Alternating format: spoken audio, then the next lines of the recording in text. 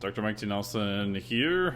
Super excited to be part of the virtual Silverback Summit, the premier men's health event. Thank you so much, Allie, for having me present here along with all these other great superstars. Really appreciate it. And I'm sure, hopefully, all of you will enjoy this talk. The title of this talk is Aerobic Work for Male Meatheads. Now, I'm specifically talking mostly to males here, but the reality is all these concepts will apply to females also. So we're going to talk about even if you just want to lift weights, add some hypertrophy and performance, why doing aerobic work or fancy cardio can be extremely beneficial for you. Now, first off, you may be worried about what's going to happen to your gains. Gains is always spelled with a Z, of course. You're afraid you may look like this, and you still want to look like this guy.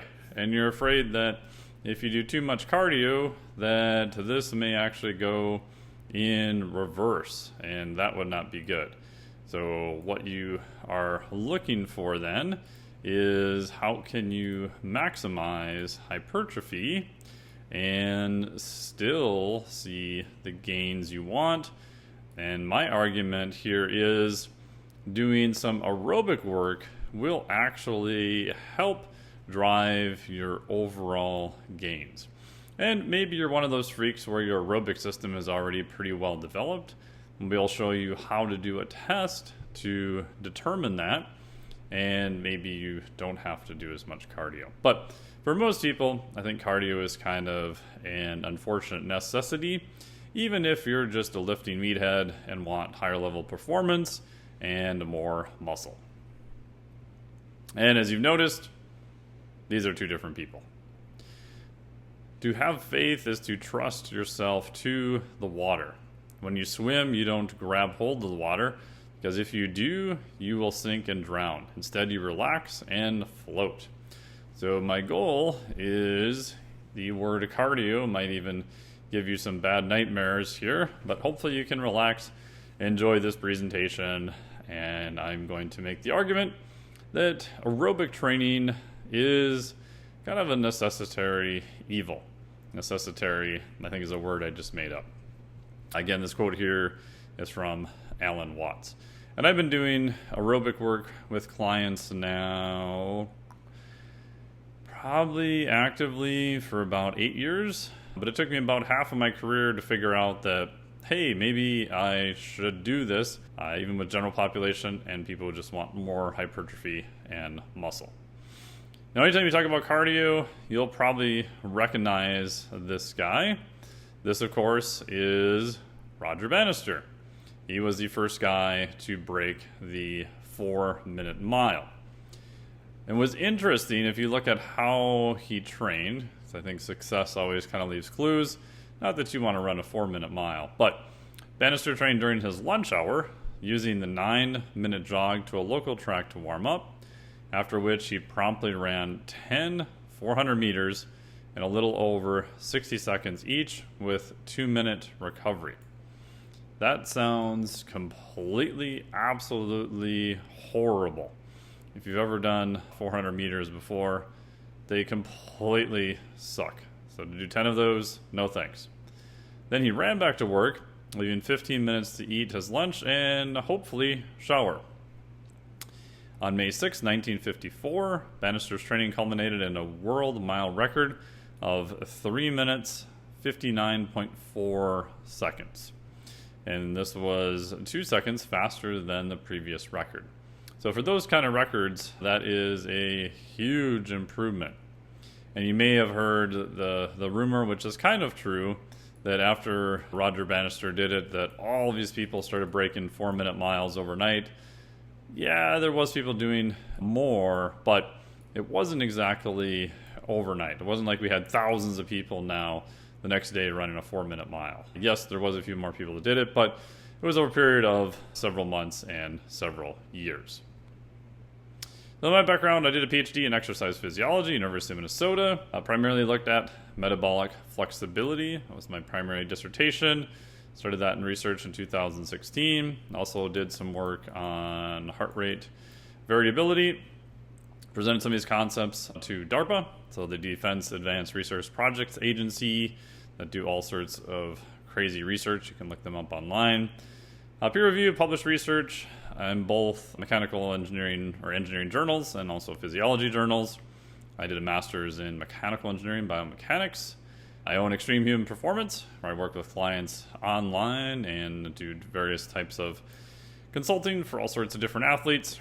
Associate Professor at the Carrick Institute for Clinical Neuroscience, instructor at Rocky Mountain University, and do all sorts of other stuff. Right now I also do some assessments for Rapid Health, working on a couple books, blah, blah, blah. But lots of stuff. I've worked with clients now, man, since 2006. Been quite a while. And part of this reason for doing this talk is I just wanted to present to you something that is useful to you and things that I wish I would have known sooner. Also a certified sports nutritionist, yes. Easy way is you can think of me as I like 3 things that are dark metal, death metal, some black coffee during the day, and then also Guinness or other dark beers, especially porters and stouts. So exercise, why should we bother with exercise? We're going to start with a little bit of a general overview. Some motivation may be required. The main goals of exercise is you want to keep or add muscle. Muscle is related to your metabolic rate, so if you're trying to get better body composition, that's helpful. Again, it doesn't mean that if I added 5 pounds of muscle, my metabolic rate's going to go up by 500 calories per day. That's quite a small increase, but it is beneficial, especially as you age. You want to keep as much function as possible for life, longevity, doing fun things, etc. Muscle is also a massive stimulus for burning calories. The act of weight training does burn a fair amount of calories. Now, I would argue that's not the main point of doing it, but if you were to pick do some weight training or not do some weight training, definitely do some weight training. I like looking at this in terms of expansion, do more, be more, eat more, instead of always thinking of restriction. This will come into play when we're talking about volume and how volume is related to hypertrophy and performance and the role of aerobic training for you fellow meatheads. Easier to see strength changes day to day. So if you're working with general population clients, I would make this argument for aerobic training too, although strength training it's even easier.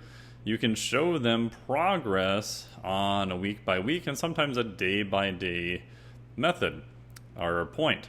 And the reason this is helpful is because to me that's actual true motivation, to see that you are putting work into something and you are seeing the positive changes. Higher quality of life in many aspects. This is both for weight training and for aerobic training. So aerobic training has a lot of published data showing massive increases in mortality. I should say decreases in mortality, but increases in longevity. And this is primarily due to cardiac health and the aerobic system itself. So if you were to make an argument for longevity only purposes, I think I would probably hedge my bets a little bit more on the aerobic side. Now the answer is obviously both, right? We need to keep as much muscle and function as we can. That helps our metabolic health, decreases risks of falls and everything else. But if we look at the top 3 indicators that we have good data for longevity, one of them is going to be lower body muscle mass and function. Those get kind of overlapped into the same group together. Number 2 is going to be grip strength, which you could argue is maybe an indicator of overall strength. But I do think that's probably a two-way street. If you increase your grip strength, I do think it will probably transfer to longevity increases. I haven't seen a direct study on that though. And then aerobic health.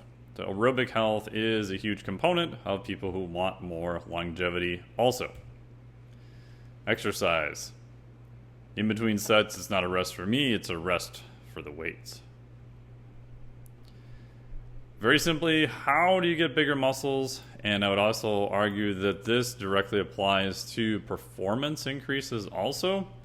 So if we're looking at the fancy word of just muscle hypertrophy, I would argue the number one driver is still volume, which is just literally the amount of work that you do. And yes, there's a whole bunch of nuances to this. If you're looking for, and you haven't read this paper yet by Brad Schoenfeld, I think this was 2010 now. Doesn't feel that old, but maybe it is. Maybe I'm just getting old. The mechanisms of muscle hypertrophy and their application to resistance training.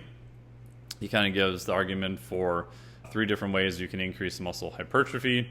Other work tends to show that volume is probably the main driver.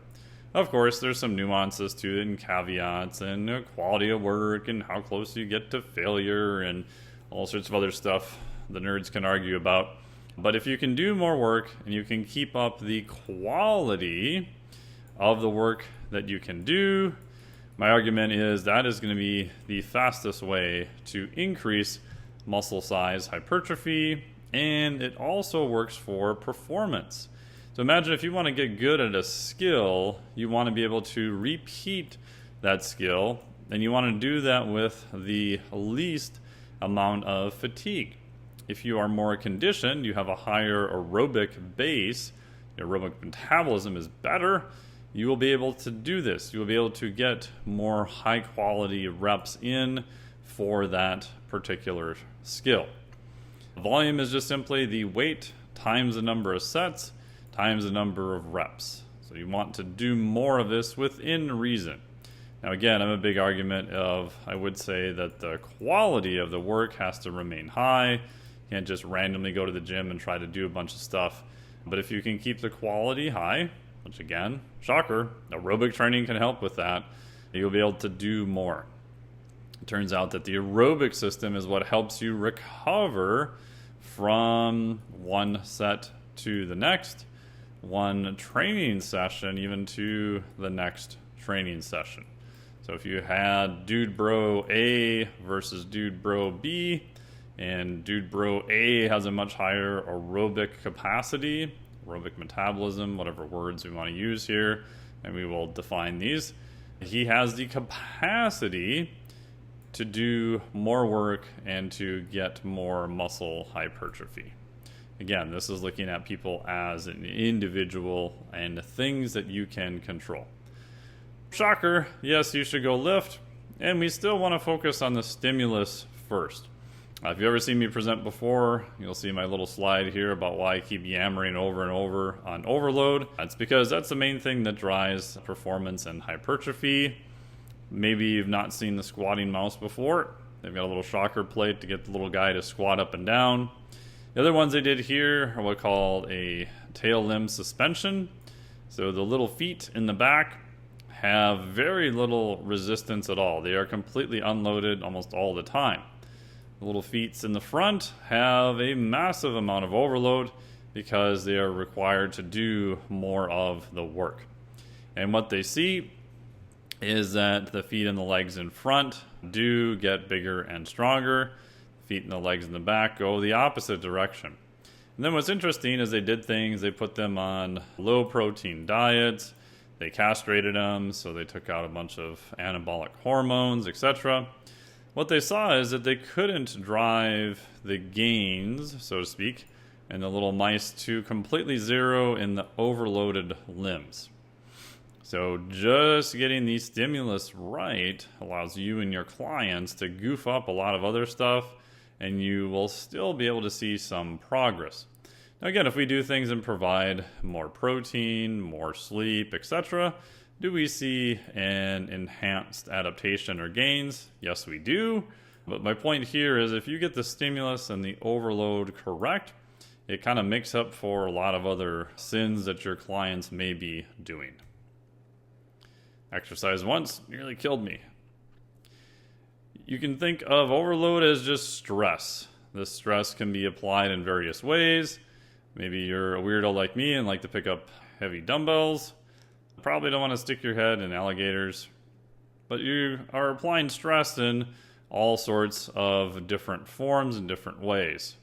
Maybe you stress your nervous system by testing out crazy ketones that people send you in the mail. This was a ketone ester I tried years ago. Absolutely tasted like jet fuel, and for a few seconds I thought I poisoned myself.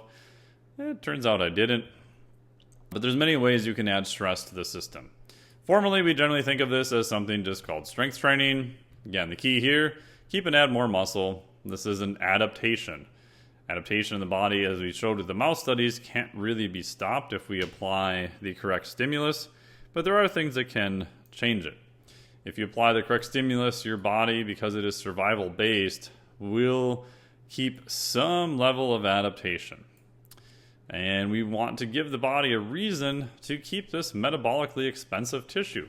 Muscle is not a cheap tissue to keep around. It does require a fair amount of upkeep and a stored form of protein also.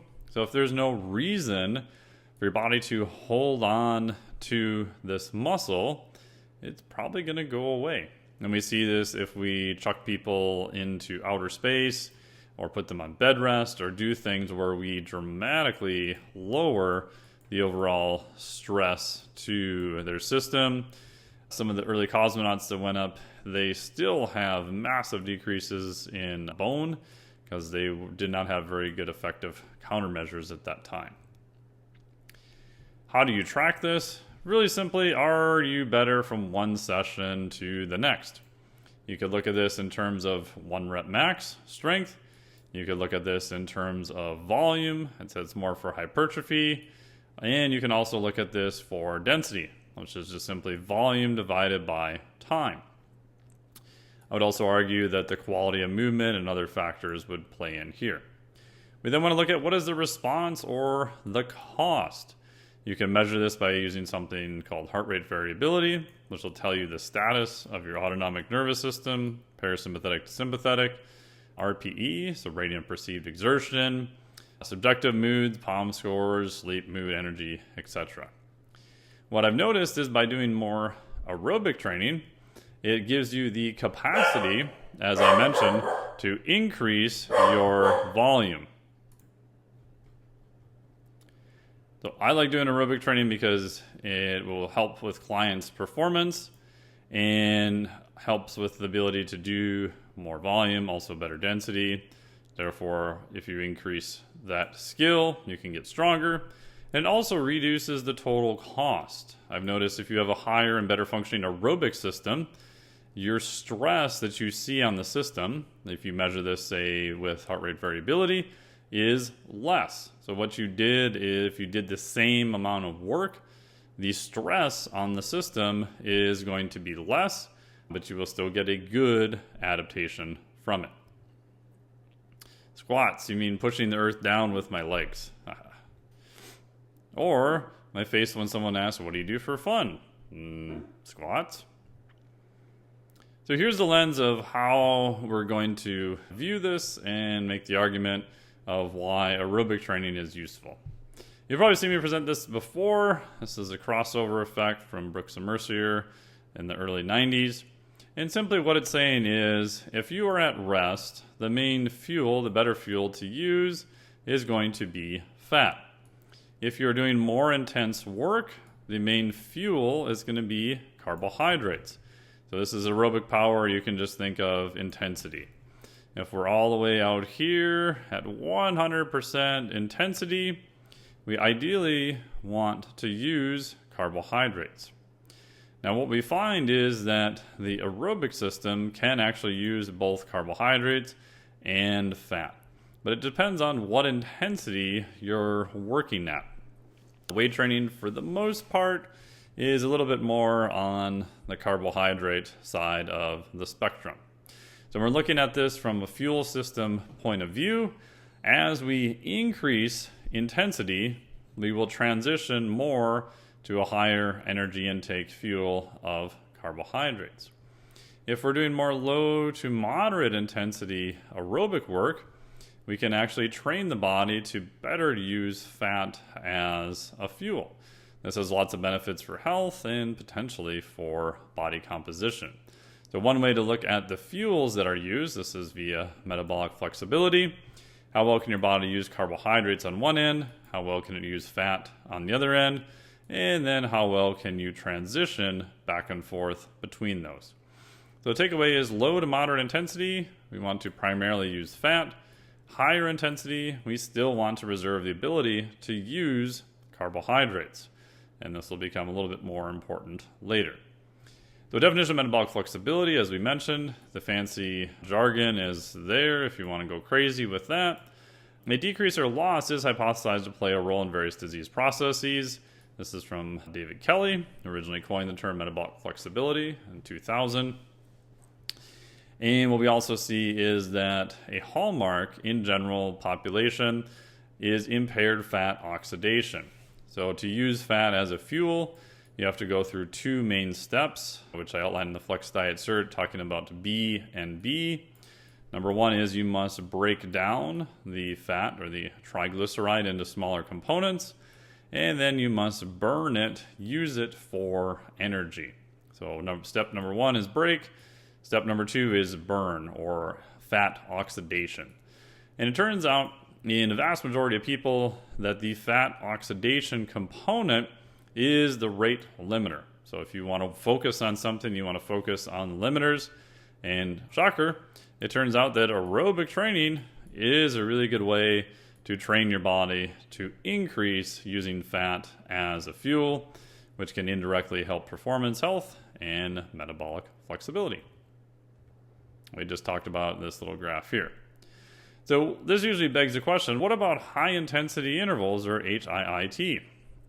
Can't I just do HIIT, especially for the EPOC effect, and that counts as cardio, right? Kind of. So if we look at exercise and we look at something called anaerobic intervals. Now, we could get technical and ask, is there really anything anaerobic versus aerobic? They're all kind of mixed. And it turns out there's a much higher aerobic component here than most people believe, but that's a whole nother talk for another day. And what we see here is we can measure something called RER, respiratory exchange ratio. And think of that simply as a 1.0 is 100% carbohydrates, and a 0.70, which is not on here, is 100% fat. So when we're looking at this, this is a single bout of lower intensity and a no exercise component. Actually, I think this was actually the acronym they used for high intensity. And what we see is that when we do high intensity work, we do switch to primarily using carbohydrates as a fuel. We'll explain a little bit why that is. What's interesting though is that after we see energy expenditure, we can find something which is called EPOC, exercise post-oxygen consumption, and we do see a little bit of a spike in energy expenditure. So the argument here is that if you're just doing anaerobic intervals, high intensity intervals, or whatever words you want to use associated with that, that this is going to be better for performance and body composition. And I do think there is a huge benefit to doing high intensity intervals, although it doesn't quite give you the same benefits as aerobic training. I just view them as different things. And does EPOC lead to better body composition? Probably not. So our results are consistent with the findings and show that even with a 6-interval bout, which is pretty horrible to do, the duration of the EPOC is relatively short, with post-exercise oxygen VO2 no longer significantly different from resting control after 60 minutes. Now again, this depends on what type of intervals you do, how well are people trained, but some data to show that yes, EPOC is a thing, it does exist. Is it the most amazing thing for body comp? My argument, probably not. This goes all the way back to oxygen debt, which was first hypothesized by A.V. Hill in 1922. It does show that almost all of this oxygen debt is fat oxidation. So it does have a benefit of increasing fat oxidation, which we did talk about as one of the rate limiters to use fat as a fuel. So I do like high intensity interval training. There is a time and a place for it, but from a recovery and an adaptation standpoint, it's a little bit more similar to strength training in and of itself. And most people, I find, general male meatheads especially, I would throw myself in that bucket, Left to their own devices, will just train 4 to 5 days per week and just do weight training. And then they may do 2 to 3 sessions of high intensity intervals on top of it. Now, if you're very advanced and you've got a really good aerobic base, that might be okay. And there's definitely a time and a place to do that. But if you do that type of work on top of a poor aerobic base, you'll find that, as we mentioned before, your cost is going to go up pretty fast. It's going to be much harder to recover, and your progress is going to stalemate. This is just one other one looking at same thing. Single high intensity does not influence resting metabolism, determined 23 hours later. So don't get so tied up about EPOC. It's a thing, but it's probably overrated in my opinion. My little phrase I like is, physiology is complex, but your actions are simple. So we're going to talk a little bit more about some complex physiology, but I promise that we will translate it into actions you can do that are relatively simple, both yourself and your clients. I used to do pictures of a 3-cylinder Yugo here, but nobody knows, none of my students know what a Yugo is anymore. I think this is like a Toyota Yaris or something. So if this is your client, we want to transform them into this kind of more, I don't know if this is a Lexus ES, but this kind of sexy hybrid here. We want to see good miles per gallon, we want to have good acceleration and good performance. Now, most of the time when I look at people's programming, especially in like the Flex Diet mentorship that I do, they're pretty good with weight training. The nutrition programming is okay, but vast majority of the time, there's almost no aerobic training.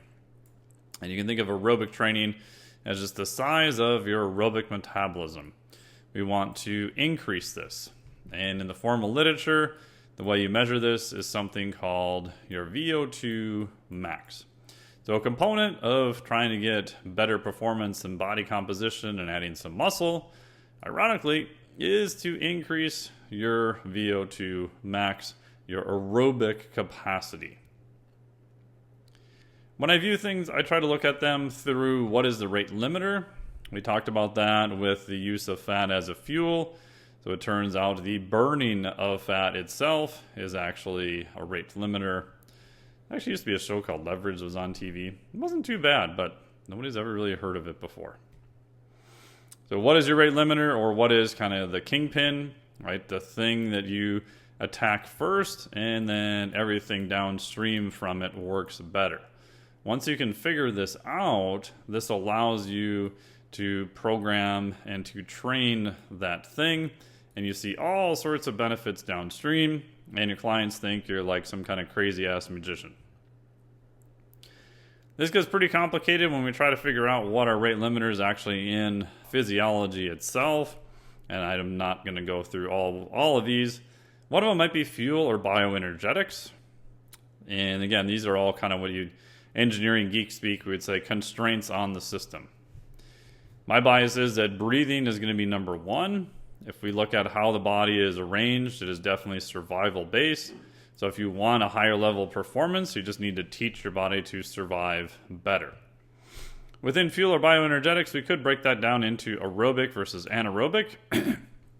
Aerobic is just using oxygen as the main source.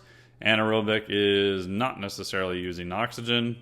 Now again, this gets really complicated really fast, and we'll try to save you from too many tables of the Krebs cycle and glycogen shunt theory and everything else. And clients, we can look at their mechanics, how is their movement quality, the environment they're in, their mindset, their health, etc. So what do we do then for assessment? I've been yammering on this ability to increase your aerobic capacity is going to allow your body and your client's body to do more work, and that will allow you to add more skill, practice, and also more hypertrophy. So the framework I teach is components, and then tests, and then tools. So what might be some of the different specific tests we can use? We can look at fuel or bioenergetics again. The big one there is going to be, what is the size of the engine? So the size of your aerobic engine is the VO2 max. This is simply the volume of oxygen that is maximal. How much oxygen can your body use at the highest rate? Anaerobic may be more like a rep max test or different types of strength tests or some short power tests. You could think of maybe 100 to a 500 meter row sprint performance. Now again, this gets messy because there is a huge aerobic component actually involved in a 500 meter row. But it's like a spectrum. So think of these as more of a dimmer switch, not necessarily an on or off. So the old thing where you said, oh, it's just ATP, PC, and that goes for exactly 10 seconds. And then the next system is, glycogen, blah, blah, blah. It turns out it's not quite that simple. And you have all these different energy systems coming online, and they're coming online at different rates and overlapping. So what are some useful tools for a VO2 max aerobic test? So if we want to know where you're at for your aerobic capacity, what are some simple tools we can do to do that as an assessment? One of the main ones is something called a Cooper run test. So you would find a relatively flat surface. You can measure heart rate if you want during it. I do find heart rate is useful, but you don't necessarily need to. And it's going to be a 12-minute run as far as you can, as fast as you can. And you will look up your distance that you went, plug it into an online calculator. You can literally type in 12-minute Cooper run test calculation into the old Google, and it'll give you your results. Now this will tell you your VO2 max. Is this going to be 100% dead nuts on? No. But if you have very minimal equipment, you literally just have GPS on your watch, or you have something to measure a known distance, it's going to get you pretty darn close. My favorite method is a 2K on the rower. This has been validated for the Concept 2 rower specifically. You're going to get on the rower, you are going to rest after a warm-up, and then you're going to row as fast as you can for 2,000 meters. So on the menu, you're going to program it to distance, and you're going to program it to 2,000 meters. Once you've done that, you can go again online, type in Concept 2 VO2 max calculation. It will pop up, and you put in their weight.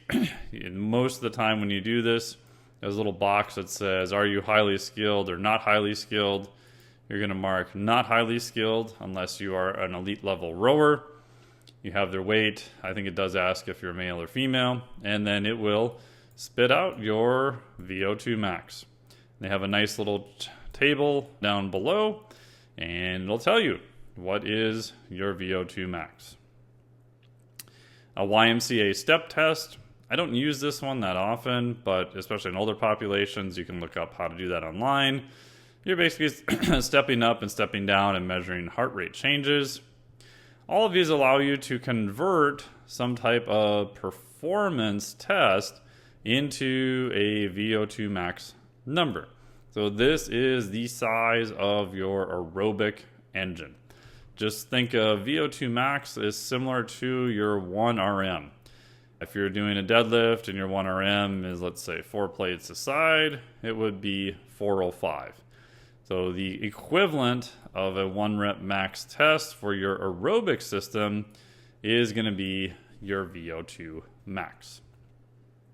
And then you can compare that to norms. Now, most of my clients, I want to see them over time on the higher end of the spectrum.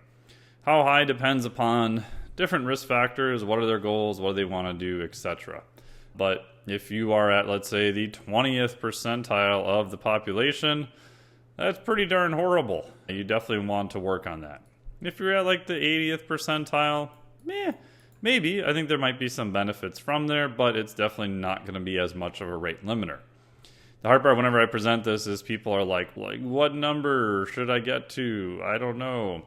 So some of the work Andy Gilpin has talked about, I think he said in a podcast he likes clients eventually to look at a VO2 max of milliliters per kg per minute. of 50 to 55. I think that's from Costil. Now that's relatively high, but it's not impossible. I would say that's probably on the higher end of the spectrum, and especially if you look at that VO2 max will tend to decrease with age. I would agree that, if you want all-out numbers in the high end of the spectrum, that's probably pretty good. I tend to like people to hit at least the 75th percentile of a population. Again, a population-based data. That's usually what I go with as a pretty good starter. So what are some other tools you can use if you want to get crazy with this? Of course, tool in the greatest bands of all time. You can go super far down the nerd rabbit chute and you can get a Moxie device. This uses something called NIRS technology that measures local oxygen use.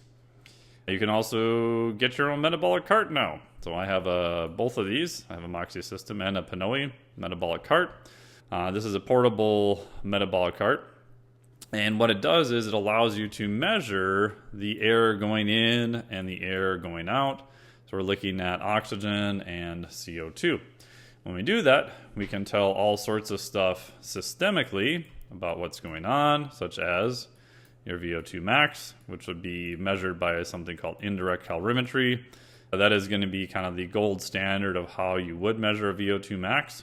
The previous ones we talked about here are field tests that will generally get you in the ballpark. The downside is metabolic carts are quite expensive. They're in the thousands of dollars.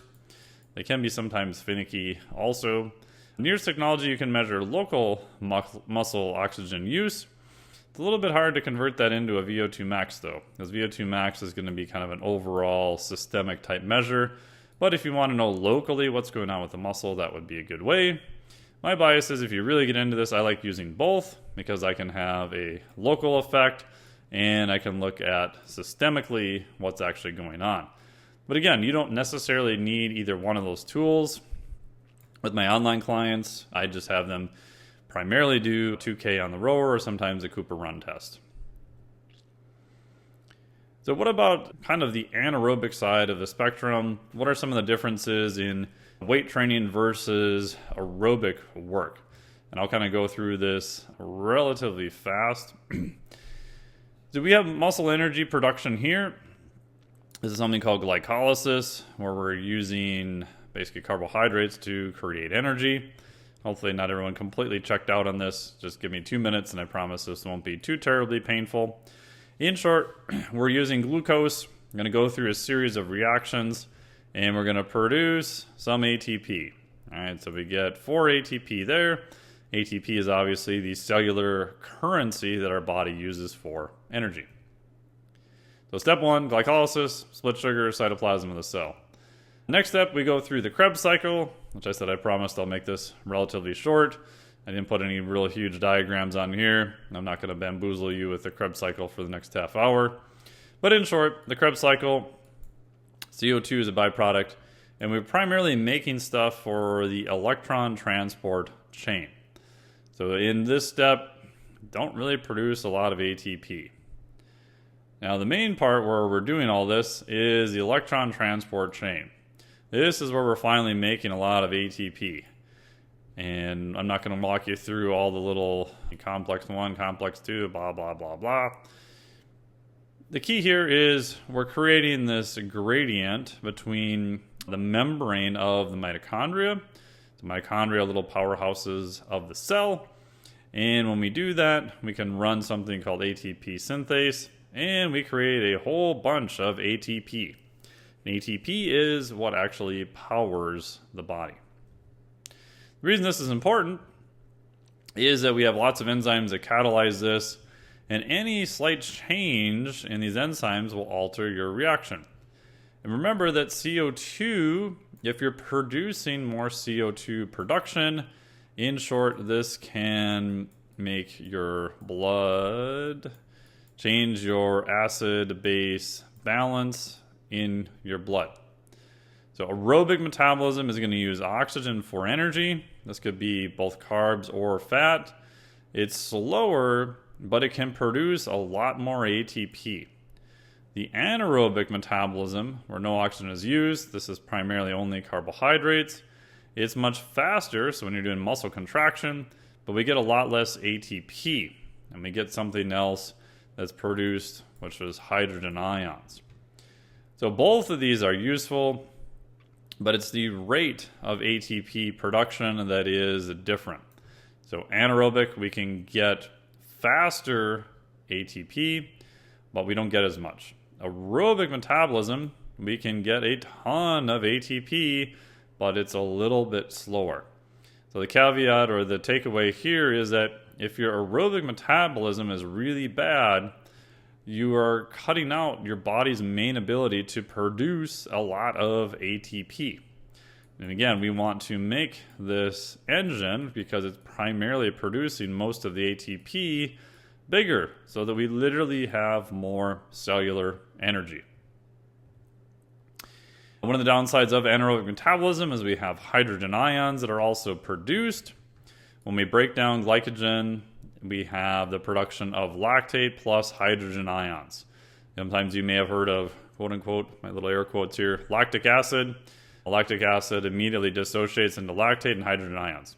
Turns out lactate is actually a really good high energy fuel, but we've got these pesky hydrogen ions running around. Remember, we said that that can alter the pH and change enzyme activity. There's some data to show that it may actually impair actin-to-myosin cross-bridging, so literally impairing the muscle contraction. If you've ever done something like leg extensions, you're trying to do high reps, that burning sensation you feel in your legs, that is literally hydrogen ions. Your body is literally dumping an acid into the muscle, and at some point you just literally can't continue. Later we can debate if that's directly actin-myosin effects, is that a change in the enzymes or whatever. Probably all the above. And again, it is good to use anaerobic metabolism because we can get lots of energy fast, but the cost, or the gotcha, is we produce a lot more hydrogen ions at that time. Now, there are buffering systems in the body that do try to buffer some of it. One of the main ones intramuscular is carnosine. Carnosine you can get by using the supplement beta-alanine. So beta-alanine combines with L-histamine to provide carnosine, which does buffer some of these hydrogen ions to a certain degree. In the blood, we can use something called bicarbonate. Downside is if you take too much sodium bicarbonate, like literally baking soda, it raises holy hell on your GI tract. I've tried this before. Got to be very careful with the dose, but there are ways to buffer hydrogen ions. I talk more about this in the physiologic flexibility course. But if we don't necessarily need to switch to anaerobic metabolism, we can increase our aerobic metabolism. We don't have a lot of these kind of nasty side effects that we have to worry about. Again, if we need energy at an extremely fast rate, by all means, we want to run the crap out of this system. But many times, this system is pinch hitting for a very poorly developed aerobic system. My buddy Luke Lehman has talked a fair amount about this too.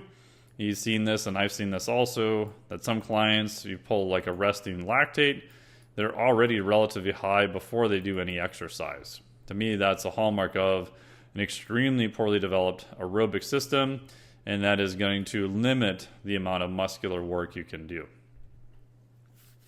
The local pH will impair performance, hydrogen ions build up, impair actin-to-myosin, reduce force output, burning sensation. I talk more about this in the physiologic flexibility course. But it turns out lactate itself can be used for all sorts of great things.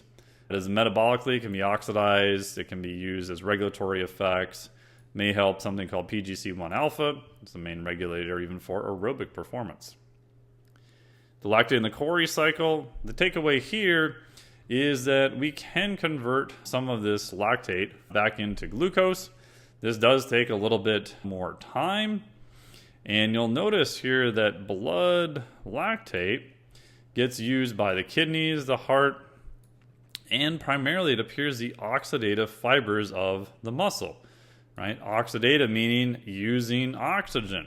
So these are a little bit more generally your slow twitch fibers. So lactate is a very good fuel. Again, if we have a higher aerobic system, we won't spin off as much lactate, and then we don't have to deal with as many of these pesky hydrogen ions. All right, so back to reality here as we get close to wrapping up. One of the number one questions whenever I present this is, can't I just lift weights faster? If I lift weights faster, my heart rate goes up, and I must get some aerobic conditioning from that, correct? The answer is kind of. But can I do this only as a way to increase my aerobic metabolism? I would say no.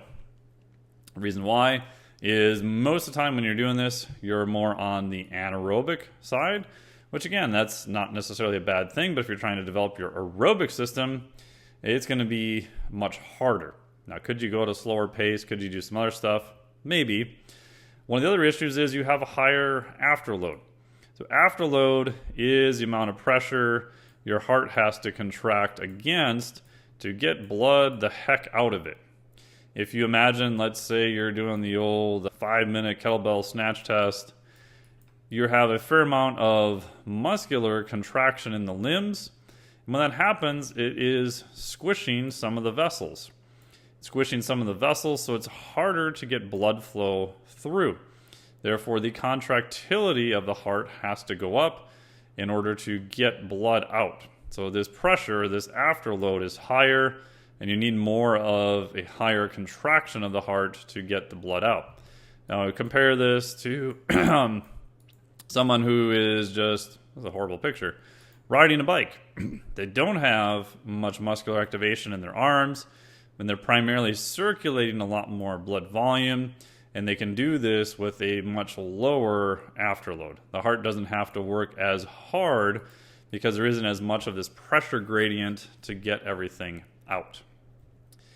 This gets into cardiac filling, and when you're generally at these really, really elevated heart rates, there's not much time for blood to fill the heart. If you're at more of, we'll say, if you look at like zone 2 to zone 3, those are just ways of monitoring cardiac intensity. We use our biking example here. We've got a lot more blood that's flowing around, and we get a lot more blood that comes back to the heart. And this has a different effect because it's actually stretching the heart to become a little bit bigger overall in a positive direction. So the takeaway is that lifting weights and aerobic changes are almost kind of mirror images of opposite effects on the cardiac system itself. If you want to go deep diving down this nerdy rabbit hole, I look up something called concentric versus eccentric cardiac hypertrophy. And what you'll find is you can either get a little bit thinner walls of the cardiac system by jamming as much blood through it as you can to get these to stretch a little bit. That's primarily from aerobic development. Or if you have this high pressure, high afterload system, the cardiac system then sees that, ooh, this pressure is super high, so I'm going to make the walls thicker.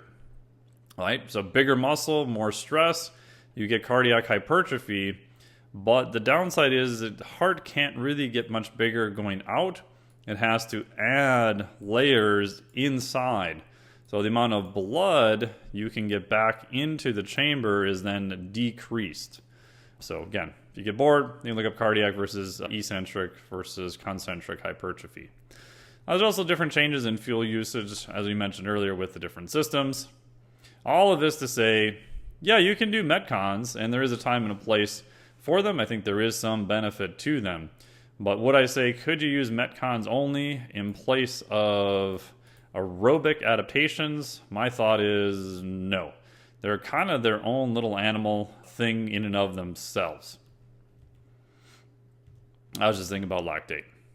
So what are some other tools? How would we think of this? Right, so we can look at movement quality, of course. There's a whole bunch of different things you can do to this, and I would add aerobics into this as something to do. Again, the reason we're going through all of this is my pet peeve is I don't like a lot of parrots in the industry, so I want people to understand what it is that you should do and understand the mechanisms for it, even though the action items will be relatively simple. We mentioned earlier looking at rate limiters. The body is hardwired in order to survive. So these are survival-based mechanisms, aka homeostatic regulators. Again, I talk all this in the physiologic flexibility certification. But these are all tied into your aerobic system also. You want to teach the body to have a higher level of performance. You want then to think about, how can I have the body survive better? And having a higher aerobic system, just like having more muscle, is going to be a benefit. It's going to teach your body to survive better. Also, probably one of the best live CDs ever is from Frontline Assembly, called Live Wired. What about some of these extremes with CrossFit athletes or mixed mode athletes? They're doing some anaerobic. They also are doing some aerobic. Now, if you look at their background a lot of times, not all of them, but a fair amount did have a pretty high level aerobic background, or if they didn't, they had to go back and do a fair amount of aerobic development at some point. You can look up various histories there. So what are some tests you can do? Again, you can still do your lifting tests, 3 to 12 lifting tests. You could test different Metcons. I like lifting, running, rowing, etc. I put in aerobic max and VO2 max as one of the main tests that we're going to do. Again, my favorite is going to be the 2K on the rower. A lot of meatheads I know probably don't want to see them run. I watch them run and do some gait analysis, and I'd much rather throw battery acid in my eyes. It's not pretty. Most people can figure out how to row. Again, you don't have to be an elite level rower, but you can figure out the basic movement relatively fast, and that'll give you a good takeaway of your VO2 max. Talk about lactate mechanics, body mechanics, and everything else. All right. So as we wrap up, how do we put all of this together? If you got nothing out of this entire talk, which hopefully you got some stuff, my number one aerobic test for meatheads is the Concept 2 rower and do a 2K. Shout out to my good buddy, Dr. Kenneth J. You can look up his book called The Cardio Code. His talk goes in really in depth about the role of the aerobic system. Him and Dr. Andy Galpin and some other people I credit for making me go back and reread a lot of aerobic stuff and doing more aerobic training myself. Do I like doing aerobic training? Not really.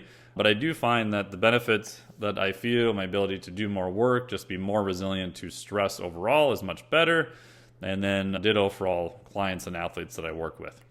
For meatheads, my number one aerobic test is a Concept 2 rower, warm up, set the distance for 2,000 meters, row as hard as you can, and then go online and see where your VO2 max is at.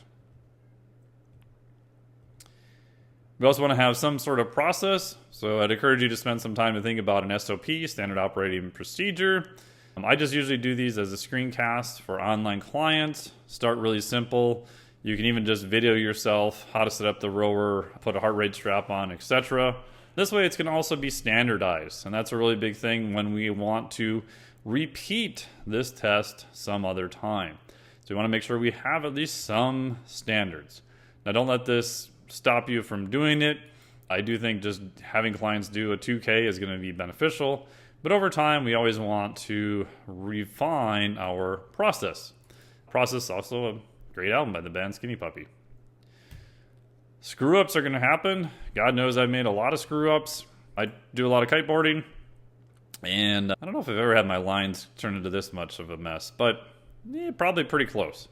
So my biggest screw ups were probably not testing the aerobic system earlier. If I were to go back in time, I would have had this as one of my tests in my assessment from day one. When I did start doing aerobic stuff, I only did running. I just had a 12-minute Cooper run test, and that was okay, but a lot of the kind of bigger, heavier, more meathead clients I worked with, and even a lot of female athletes who are more on the strength and power side, or even CrossFit, didn't necessarily do a lot of running. So they weren't real skilled in it, and a lot of times ended up having some knee pain or other things that would prevent them from doing a running test. So if I were to go back again, I would probably switch more people to a 2K on the Concept 2 rower. Not retesting. So when I first started doing this, I did it as a baseline, and then forgot all about it, never did it again. How often should you retest? Highly debatable. I say 8 to 16 weeks if you wanted to say an average. Sometimes sooner, sometimes less. It all just depends on what the clients are doing, what kind of history I have with them. If clients are newer, I will tend to test a little bit more. If I've worked with them for a while, we've got kind of a good idea of what we're doing. Probably not as much. This also depends, are we working on this as one of their goals or not? So all those have to be taken into a factor, but you definitely do want to do some type of retesting. The big key to all of this is learn by doing. Like, go forth, like make your own screw ups, like it's going to happen. Get your reps in, try to minimize the downside or the cost, which is why I wish I would have switched over to a rower sooner, especially for bigger athletes, and conquer. The goal here, fail forward as fast as possible. So I would encourage you to do some type of aerobic assessment and let me know how it goes. It's better to be in the arena getting stomped by the bull than to be in the stands or out in the parking lot. This is from Stephen Pressfield from The War of Art. Here is a template that I use all of the time because the next biggest question I get is, oh, how do I put this into the client's program? Monday, Wednesday, Friday, go lift something. This is kind of your anaerobic days. I like carbohydrates around training. It's in the Flex Diet Cert. The goal, carb use, build muscle. mTOR 1 is your main guy, I guess, for all the molecular madness people. Tuesday, Thursday, Saturday, do some aerobic training.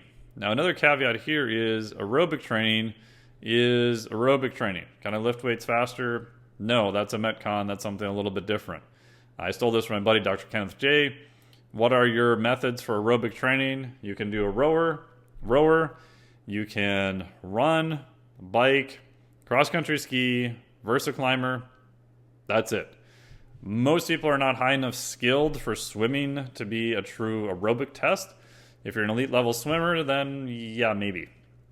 But again, rowing, cross-country skiing, running, biking, Versa climber, that's it. You can't lift weights faster. That's a different thing altogether. I like starting out with a little bit more long, slow distance for an aerobic base. Some people now will call this the Zone 2 craze, where you want to accumulate maybe 2 to 3 hours at a very low intensity. You can look up online for the different intensities there, but it's pretty darn low. Most people tend to do a little bit too high of an intensity there. But then over time, you can move into more aerobic development. Usually my aerobic development blocks for most athletes who have a pretty good aerobic system already, just 20 to 30 minutes, Tuesday, Thursday, Saturday. You can do this fasted if you want, if you're trying to target more fat use. Moderate heart rate, again, this would be more for aerobic development. Zone 2 is generally going to be even a little bit lower than that. Again, depends on the individual and a bunch of other things, but you can go online and look that up if you like. The goal is fat use, recovery, more parasympathetic, and for all the molecular people, primarily targeting AMPK. So in summary, when you do an aerobic system, you can get back to baseline faster, right? Because most of our day-to-day activity is from energy derived from the aerobic system itself. Set to set, you can recover faster. Day to day, you can recover faster. Week to week, you can recover faster. For the vast majority of people, you won't do enough aerobic training to get significantly weaker and lose muscle. At a high end, is there some type of interference effect? Yes. You probably run into it. Highly unlikely. Now, if you do a bunch of other stuff, you sleep 4 hours a night and slash your calories, yes, you can run into issues. But most people don't really need to worry about aerobic training interfering with their muscular gains. A bigger engine allows you to do more work, allows you to do it at less cost. If I have a 3-cylinder Yugo and I'm trying to get to the grocery store, I probably need to redline it to get some good performance out of it. If I have a 10-cylinder engine, I can, go at 2,000 to 3,000 RPMs, get a high level of performance out of it, and the cost is going to be substantially lower.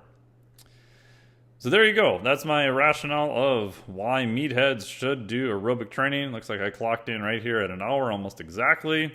So thank you so much. I really appreciate it.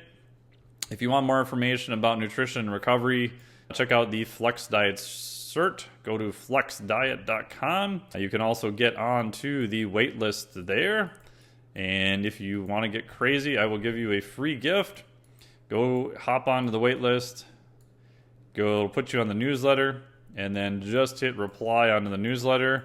and tell me what you got for your aerobic score. This could be a 2K, this could be, heck, you could even do the YMCA step test for all I care. So just encourage you to do that. And if you do, I will send you a super cool free gift. So go to flexdiet.com, hop on the wait list, do an aerobic assessment, let me know what you got, tell me you heard it here, and I will send you a free gift. A huge thanks. Thank you so much for listening to this all the way to the end. Really, really appreciate it. Hope to hear from you soon. Take care.